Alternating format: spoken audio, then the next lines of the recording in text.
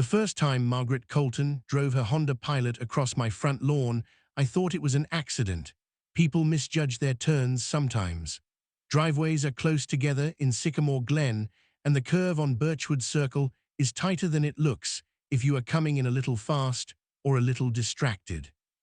I walked outside, looked at the two parallel tire tracks, cutting through my grass from the street edge to about 6 feet in, looked at Margaret's car pulling into her own driveway 2 houses down, and I told myself it was an honest mistake. I went back inside. I patched the grass with some seed and topsoil the following weekend and did not think about it again. The second time it happened, I was standing in my kitchen with a cup of coffee and I watched it happen through the window. Margaret's Honda Pilot came around the curve, left the road, cut directly across the corner of my front lawn, rejoined the road, and continued to her driveway. She did not slow down. She did not look concerned. She did not look like a person who had made a mistake. She looked like a person who had taken a shortcut she had taken before. I put down my coffee and stood at the window for a moment. Then I went outside and looked at the tracks. They were in exactly the same path as the first set, which meant the grass had barely recovered from round 1 before round 2 had happened. I stood on my own lawn looking at those tracks and felt the specific irritation of someone who had given a charitable interpretation to something that had just revealed itself not to deserve one. I knocked on Margaret's door that afternoon. She answered it with the pleasantly distracted air of someone who had been in the middle of something and was allocating you a portion of their attention while the rest stayed elsewhere.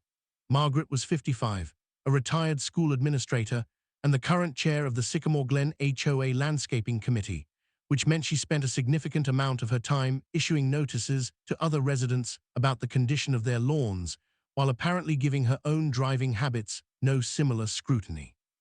I introduced myself properly. We had met a few times over the 2 years I had lived in Sycamore Glen, but we were not close neighbors, and I explained what I had seen. I kept it simple and factual. I had seen her car cross the corner of my lawn. The tire tracks were visible. I was asking her to please use the road. Margaret looked at me with an expression that recalibrated slightly during my explanation, moving from distracted to something more careful.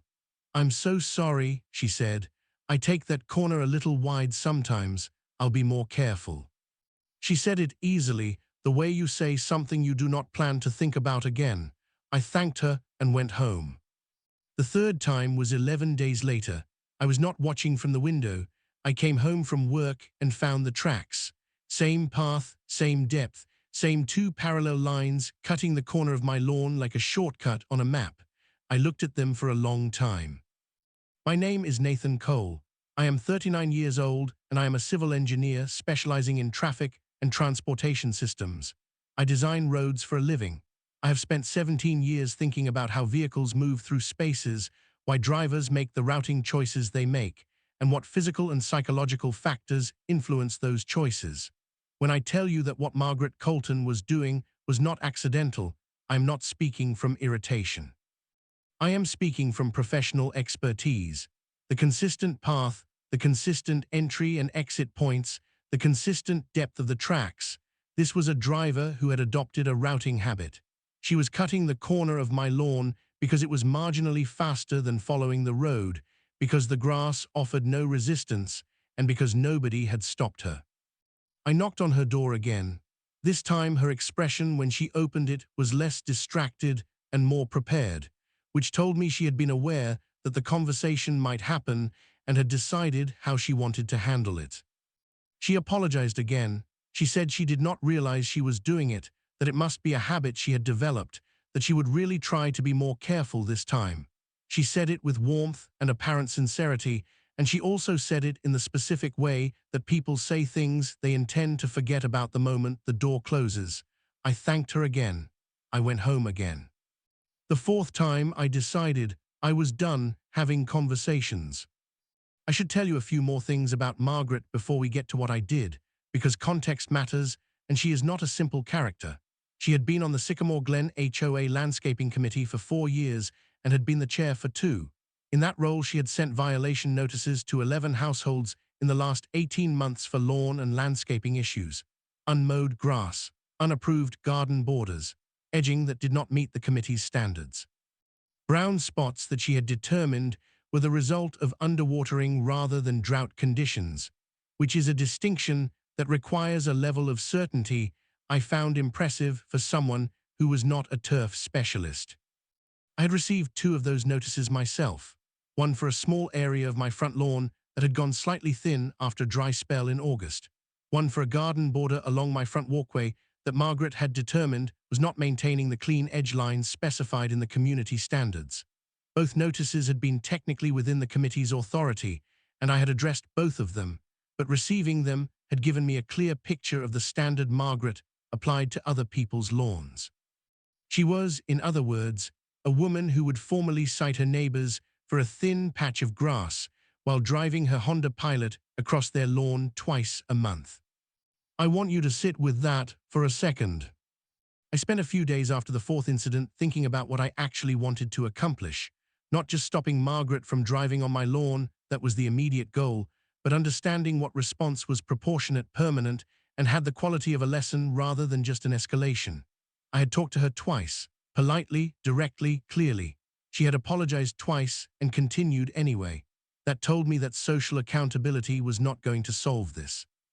The behavior would only change when the physical conditions made it impossible or uncomfortable to continue. I talked to my neighbor across the street, a man named Joe Pendergrast, who had lived in Sycamore Glen for 9 years and who had the accumulated perspective of someone who had watched the neighborhood's various dramas from a quiet vantage point for a long time. Joe was 62, worked part-time at a hardware store, and had a straightforward assessment of most situations that I had come to value. I told him what was happening. He nodded throughout in the way of someone who was not surprised. She does it to the Kimura place too, he said. Other side, they've talked to her. She does it for a while and then starts again. How long has this been going on? I said. As long as she's been on that street, he said. People just put up with it. I asked Joe what he would do. He thought about it for a moment and said, I'd make it so she couldn't do it without knowing exactly what she was doing to someone's lawn. He paused. Right now, she can tell herself it's barely anything. She needs to know it's something. That was useful. I went home and started planning. The trap, and I want to be clear that nothing I did was destructive, everything was completely legal, and the word trap is dramatic, but accurate in the sense that I created conditions that would expose the reality of what Margaret was doing in a way she could not rationalize past. Took me 2 weekends to set up and cost me about $400 in materials. Here is what I did. The corner of my front lawn that Margaret was crossing was approximately a 12-foot wide section between the edge of my driveway and the property line. The tire tracks showed a consistent path entering at the street edge and exiting back to the road about 6 feet in, cutting the corner at roughly a 45-degree angle. Every time she did it, she rolled across the same patch of grass. I started by improving that patch of lawn, not in an obvious way, not with anything visible from the street. I aerated it, top-dressed it with a premium seed mix and a thin layer of quality compost, and watered it carefully for 2 weeks. By the end of the second week, it was the healthiest, most visibly lush section of my entire front lawn. Dark green, dense, well-established. It looked exactly like a section of lawn that someone was taking care of and would not want driven on. Then I installed the documentation.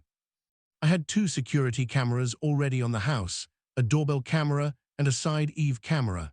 I added a third one, a small weatherproof unit that I mounted on a ground-level stake at the back edge of the Atrisk section, angled to capture any vehicle entering from the street. The stake was painted to match my lawn edging stakes and was not obvious unless you were looking for it. The camera captured a very clear, ground-level view of tire tracks being made in real time, which at that angle and in that light would show the grass being crushed under a tire in a way that was genuinely compelling video. Then I installed the indicator. This was the part that took the most thought. I needed something that would make the damage visible in a way that could not be dismissed or minimized, both to Margaret in the moment and to anyone reviewing documentation afterward. What I came up with was simple and entirely reversible. I placed a grid of small, thin bamboo markers, the kind you use for seedlings, about 12 inches tall, very thin, painted white, in the grass at the corner section, spaced 18 inches apart in both directions, creating a low visual grid across the path Margaret consistently took.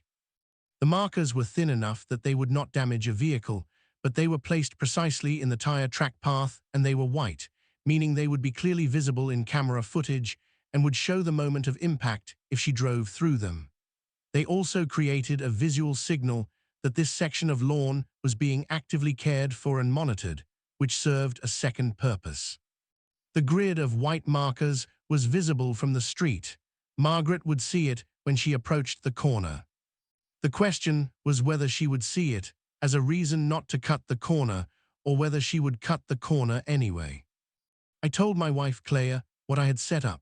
Claire is a family physician with a pragmatic worldview and very little patience for drama that could be avoided by direct communication, and she had already told me twice that I should just talk to Margaret again. I explained why 2 talks had not produced a lasting result and why I believed the physical approach was necessary.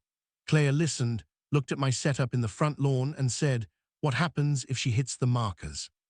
"I have it on camera from 3 angles," I said. "I have 2 prior conversations documented in texts I sent her after each one." "And then what?" "Then I have options," I said. Claire looked at the white markers in the grass. "This is very engineer of you," she said. "Thank you," I said. She went back inside, shaking her head in the fond and slightly exasperated way that she reserved for my more elaborate practical projects. I waited. I did not have to wait long. 4 days after I finished the setup, on a Thursday evening around 6:30, I was in the kitchen when the alert came through on my phone from the driveway camera. I looked at the feed. Margaret's Honda Pilot had turned onto Birchwood Circle. I picked up my phone and switched to the corner camera. I walked to the front window. I watched her come around the curve. I watched her see the white markers. I watched her slow down, which she had never done before, because before there had been nothing to see, and now there was something to see. She was about 30 feet from the corner of my lawn, and she had reduced speed to something close to a stop. And then, and I want to be honest, that a part of me had not been completely certain this would happen, that a part of me had thought maybe the markers would be enough of a deterrent. She drove across my lawn anyway. The Honda Pilot left the road, crossed the street edge, entered my lawn, drove through the grid of white markers, which scattered visibly in the camera footage. Some of them knocked flat, some kicked sideways, and exited back to the road and continued to her driveway. I stood at my front window. Then I looked at my phone, pulled up the camera app, and reviewed the footage from all 3 angles. It was, from a documentation standpoint, perfect. The corner camera caught the tire entering the grass, the markers being struck, the tire path through the section. The EVE camera caught the full vehicle crossing the lawn. The doorbell camera caught the vehicle registration plate clearly as she came around the corner before the turn. I had her crossing my lawn on video from 3 angles with her license plate on camera. 11 days after, I had spoken to her directly for the second time, and she had acknowledged the issue. I sent Claire a text that said, "It happened, I have the footage." She replied with a single word, "Obviously." I did not go to Margaret's door that evening. I had been to Margaret's door twice, and I knew what that produced. I went to my home office, and I opened a document, and I started building a file. Part 2. The file I built over the next week was thorough in the way that I build everything methodically, with attention to what would matter and in what order. I had the video footage from the 4th incident, which was the one with the markers and the 3-camera documentation. I also went back through my existing camera footage from the previous 2 months and found, somewhat to my surprise, 3 more incidents I had not been aware of in real time, 2 at times when I was at work, and 1 on a weekend morning when I had been in the backyard. So the total was not 4 incidents, it was 7. 7 separate crossings of my lawn, documented on camera over approximately 10 weeks. I organized the footage by date. I wrote a timeline. I took photos of the damage to the lawn section, which at this point was significant. The repeated compaction had killed the grass in the main tire path, and the surrounding area was thin and stressed from repeated impact. I had receipts for the seed and topsoil I had bought to repair the earlier damage. I pulled up the 2 conversations I had had with Mugrat, both of which I had documented by sending myself a brief email summary immediately after each one with the date, time, and substance of what was said. Those emails were now part of the file. I also did something I had been putting off. I looked up what Mugrat had done with my 2 lawn violation notices. Both were on file with the HOA as open cases. The first one, the thin spot from the August dry spell, had been closed when I provided photographic evidence of reseeding. The second one, the border edging issue, was technically still open even though I had addressed it. I had never received a formal closure notice, which I was fairly sure was a procedural error rather than deliberate, but which was now an interesting piece of context. I took the full file to Murran. She reviewed everything and told me I had several options. The most straightforward was a demand letter to Mugrat directly, documenting the 7 incidents, the conversations, and the cost of the lawn damage, and requesting reimbursement. The damage was real and documented. I had the receipts, I had photos, I could get an estimate for professional lawn restoration. Murran estimated Mugrat would almost certainly pay rather than litigate over what would be, in dollar terms, a modest amount. The second option was to bring a formal complaint to the HOA board. This was interesting because Sycamore Glen had a community standards provision specifically about vehicles on lawns.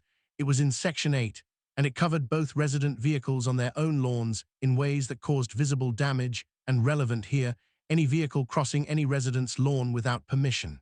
The provision had a fine schedule. Mugrat had committed 7 documented violations of that provision. The third option was small claims court if she refused the demand letter, which was available for property damage claims under Kentucky's threshold and was, Murran told me, genuinely easy to pursue with the quality of documentation I had. I thought about it and told Murran I wanted to do 2 and 3 simultaneously, file the HOA complaint and send the demand letter, because I wanted the formal record at the HOA level, specifically given that Mugrat was the landscaping committee chair. If she was going to send violation notices to other residents for lawn conditions while driving across lawns herself, I wanted that on record. Murran drafted the demand letter. I drafted the HOA complaint. I sent both on the same day. Mugrat got the demand letter first. I know this because she called me less than an hour after the certified mail tracking showed delivery. Her voice had a quality I had not heard from her before, not the distracted pleasantness of the first call, not the apologetic smoothness of the second, but something with an edge to it, a kind of controlled agitation. "Nothing," she said. "I think this is a significant overreaction." "Mugrat," I said, "I've spoken to you twice. You've driven across my lawn 7 times. I have video of all 7. A pause. 7. 7, I said. I went back through the camera history after the last incident. I have dates and timestamps for all of them. Another pause, longer this time. The demand amount seems excessive. It reflects the actual cost of rustering the lawn section plus the value of my time addressing this over 10 weeks. Murran can walk you through the itemization if you'd like. You've hired an attorney. Yes. She was quiet for a moment. I could almost hear her recalibrating. I would like to resolve this neighbor to neighbor, she said, without attorneys involved. You were welcome to do that after the first conversation, I said, or the second. This is where we are now. She said she would review the demand letter and respond. She did not mention the HOA complaint, which told me she had not yet received it or had not opened it. She found out about the HOA complaint approximately 48 hours later when the board's intake process forwarded it to the appropriate committee, which, with some procedural irony, was not the landscaping committee because Mugrat chaired it, but the General Standards and Compliance Committee. I know the timing because the Compliance Committee chair, a man named David Ukafke, who I had met once at a block party and who seemed like a steady, reasonable person, called me to confirm he had received the complaint and to let me know it would be reviewed at the next committee meeting. David also told me, with the careful neutrality of someone conveying information without offering an opinion, that Mugrat had called him after receiving the complaint to express that she felt it was retaliatory and procedurally improper. David told her that receiving a complaint from a resident was a standard process and that the committee would review it on its merits. I appreciated David Ukavko. Mugrat paid the demand letter amount 9 days later. A check from her personal account, no cover letter, no note, just a check for the full itemized amount. I deposited it. I sent Murran her fee. I put the remaining amount toward professional lawn restoration, which I scheduled for the following month. The HOA complaint process moved on a slower schedule. The compliance committee met, reviewed the documentation I had submitted, and determined that the 7 incidents constituted violations of Section 8 of the Community Standards. The fine schedule for vehicle-on-lawn violations was $50 per incident for the first 3 incidents and $100 per incident thereafter. 7 incidents, 50 plus 50 plus 50 plus 100 plus 100 plus 100 plus 100, $700 in HOA fines. The fine notice went to Mugrat from the Compliance Committee. I was informed of the determination and the fine amount as the complaining party. Mugrat appealed the fines to the full HOA board. The appeal process allowed her to present her case at the next board meeting. I attended. She argued that the fine amount was disproportionate, that the incidents had been unintentional, and that she had acted in good faith to address the issue when it was brought to her attention. She was composed and articulate, and it was, as arguments go, not without some merit on the proportionality point. I was given time to respond. I presented the timeline simply: first incident, charitable interpretation, no action. Second incident, witnessed directly, first conversation with Margaret. Third through 7th incidents, all after 2 direct conversations in which Margaret acknowledged the issue. I noted that Section 8 did not include an intent provision. It covered the act regardless of intent. I noted that the fine schedule existed and had been applied correctly. I noted that the Compliance Committee had done exactly what compliance committees exist to do. The board voted to uphold the fines. Margaret paid them 2 weeks later. At the following HOA board meeting, Margaret did not attend. The meeting minutes noted that she had submitted a letter resigning from the Landscaping Committee, effective immediately, citing personal time constraints. The board accepted her resignation with thanks for her service. David Okafor mentioned to me at the end of that meeting, quietly, as people were collecting their things to leave, that the Compliance Committee was going to do a general review of open violation cases to make sure closures were being processed correctly. He mentioned that my border edging case, which had technically been open for 11 months since I had addressed it, would be formally closed. I thanked him. The lawn restoration happened on a Saturday in April. A professional crew came in, removed the damaged section, repaired the compacted soil layer, installed new sod, and seeded the transition areas.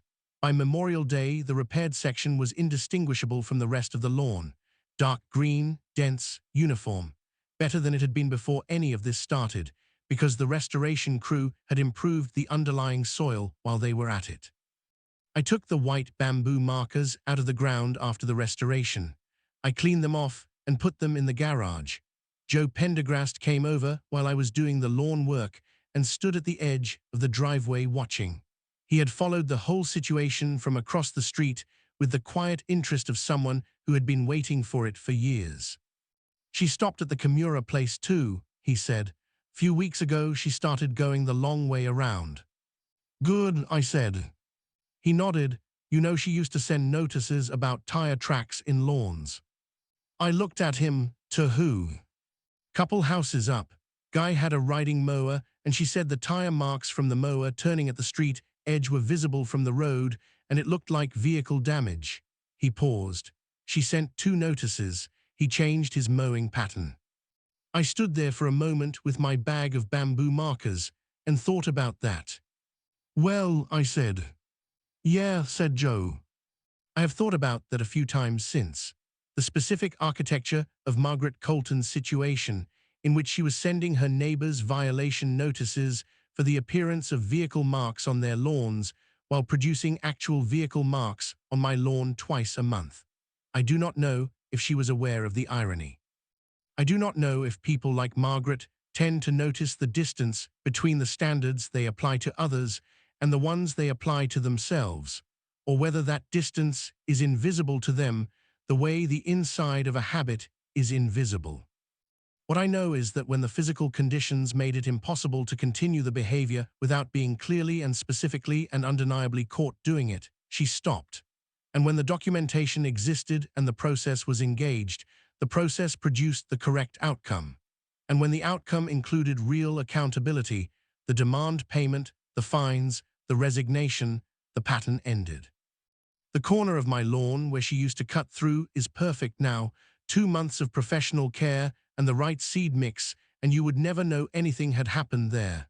I maintain it with the same standard I apply to the rest of the lawn.